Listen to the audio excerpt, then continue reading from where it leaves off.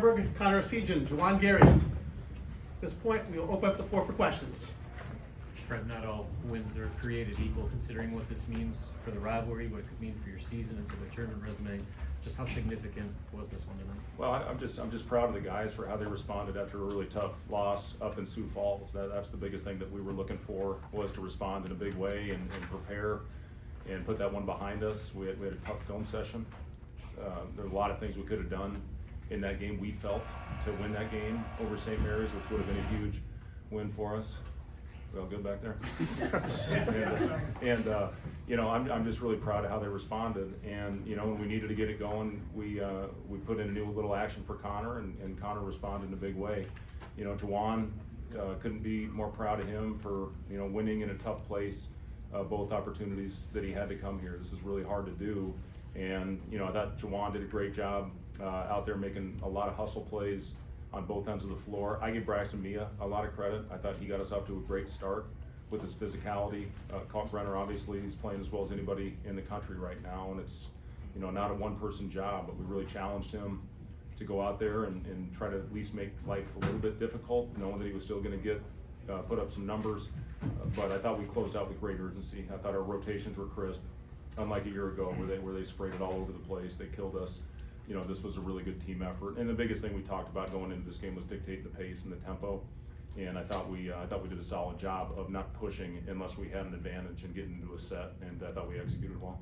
Fred, how validating is it to win a game in this way, this kind of gritty way, when you don't make a lot of shots, but winning a game with your defense and intensity? Well, we knew this was the only way we were going to do it. We weren't going to come here and not finesse them.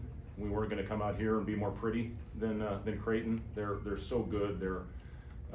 You know, Mac does as good a job as anybody in the country. I think he's one of the best offensive coaches in the nation, if not the best. And, you know, he just puts those guys in a lot of great positions to get shots, and they're very random with it. So this is a conceptual game plan. We put in a lot of the things we thought they might run that they had success with, especially last year. And then we went out and I thought we executed it. But yeah, you're not going to out-finesse a Creighton team. They're just too good, especially in this building. Fred, you mentioned it in your opening answer, but you held Kalkbrenner to just 4 points and really 1 field goal. How tough is that to do against a guy of his caliber? Yeah, I mean, we have great context because Zach Edey being in our league the last, 4 or 5 years. And, you know the challenges that he puts you in a bind. Connor knows from being in the league. And, you know, I just give Braxton me all the credit in the world for getting us off to a great start. And he got tired after about 3 minutes, and then Andrew Morgan, it was his turn to go in there and battle. And I thought Burke did a really nice job of fronting, and our backside was there in the paint to try to help out. And that puts a lot of stress and pressure on your rover on that backside to take the first pass. But again, I thought our rotations were on point. It takes great communication. I thought this was our best communication game. And, you know, guys were locked in. Even we knew they'd go on a run, they did. It's tough in this building when it gets loud, like it did, but I give our guys a lot of credit for the poise that they played with for 40 minutes. Juwan, there's been very few Huskers that have won in Omaha twice in their career. I guess what was the mentality as one of the few players that have actually done it, coming back, that you were preaching to these guys about what it was going to take to replicate what you did 2 years ago? My coach, I've been preaching all week. These games are always fun. Playing a rival team for sure, but, you know, coming to Omaha for sure. And Creighton gym, like, it's always gonna be an environment of just loud crowd for sure. So I told the new guys, man, just go out there and enjoy it. Like Coach always said, we got nothing to lose. Like, we're going on the road and play this game to have fun, man. That's what we did. We executed defense very good tonight. You know, we missed some shots here and there, but in the day we executed defense at the end for sure. And I would definitely take a punt on, you know, Connor and the new guys, you know, buying in for sure like that. We found gays in, and I could just see the progress we always making throughout this week for sure. Juwan, it looked like you were showing a lot of emotion there. Just how much do you embrace the rivalry, and just how much do you get yourself up for a game like this? This is my last time being in Creighton.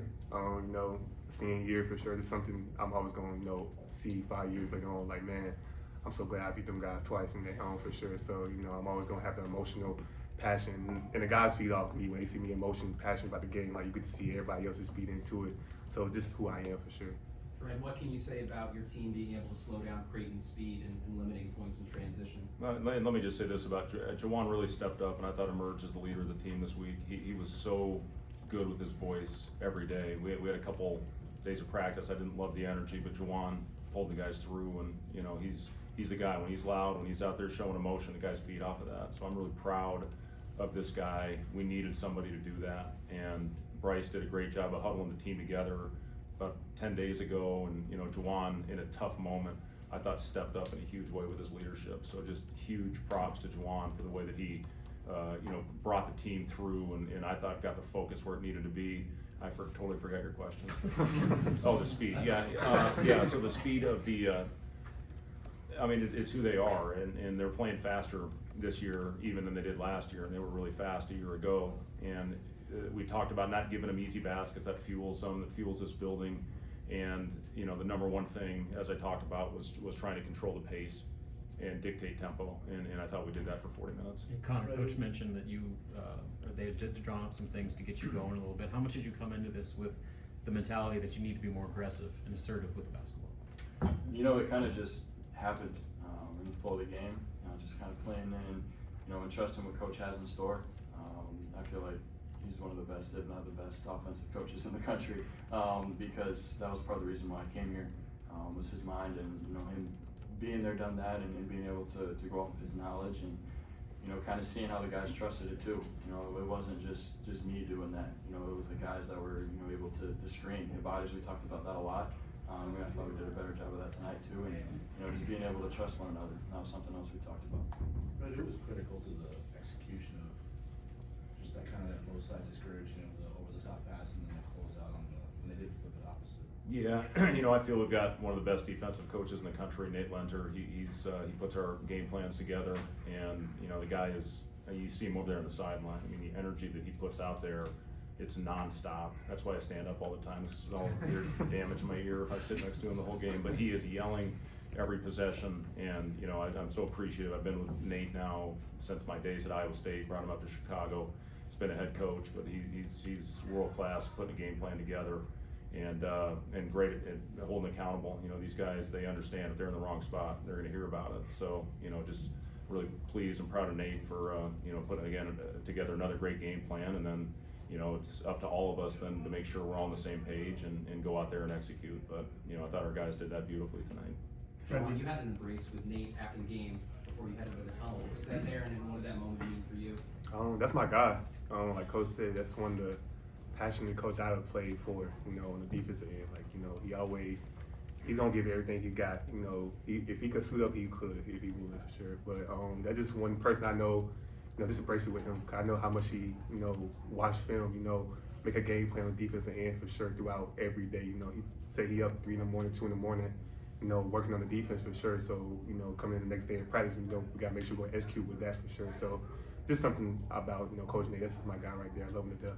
Fred, you say you learn something from your team after every game. What do you learn from your team after one like this? Yeah, it just, I love the way they bounce back, and, you know, we faced some adversity in that last game, and, you know, we fought back in that one. We were down 10 with just over 3 to go, and had a shot there at the end to tie it, but we made some pretty critical mistakes in that game, and I thought we learned from it, and we carried that over, and that's what great teams do, is you find a way to put it behind you after learning from it, and then carrying it on to the next one. So I just was really pleased with how the guys prepared and took you know, the constructive criticism of a tough film session, and then carried that over into the game plan this week. How much does all of that tell you about how much you can push this group and sort of the boundaries with that, just because that mental makeup and being able to bounce back like they do? Yeah, I'll be honest with you, I wasn't sure, and they responded in a big way this week. They showed me how capable they are of responding to, you know, to tough coaching. And you know, obviously we do everything we can to get them ready,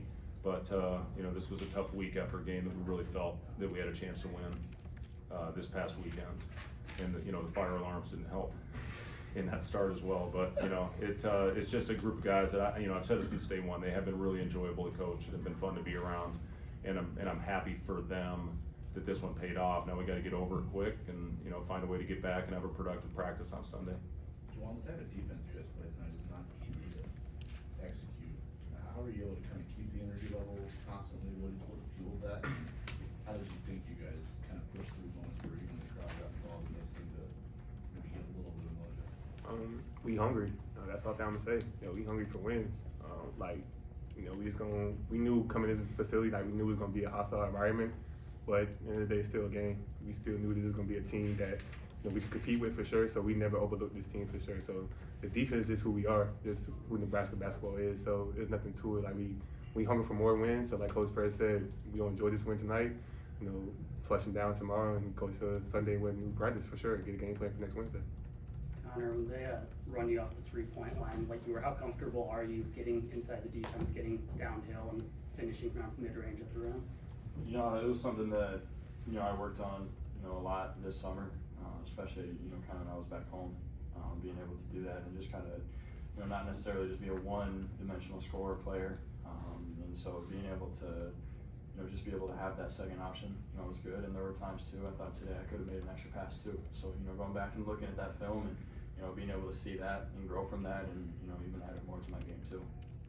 Only 7 turnovers, man, and that's good as the defense was, has a big part in what you guys did tonight too, just how important that was, and Raleigh only having one of those. Yeah, it's growth for sure. We turned it over way too much the other night, or the afternoon, and we're in Sioux Falls. So you have to take care of the ball. You have to value possessions. Again, this team fuels off of turnovers and block shots. I thought for the most part we did a solid job being selective at the rim, and we watched how many clips this week. Guys, 100 of Kalkbrenner blocking shots, and then them getting out the break and finishing on the other end or getting an open three. Yeah, so I thought, you know, taking care of the ball and taking the right shots, especially at the rim, because Kalkbrenner is as good as there is in the game of not only blocking the shot but keeping it in play, and that's what fuels them. So, you know, I thought our guys did a good job with that. Last question? Did you show Raleigh any film from Sam Greasel 2 years ago in this building?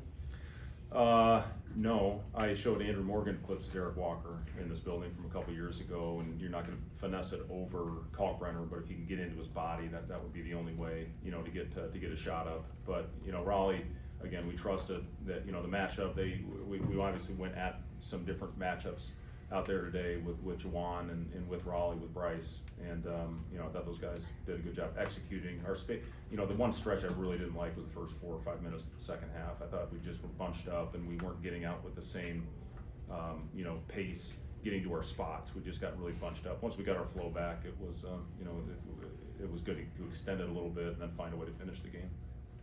Thank you, guys. Thank you.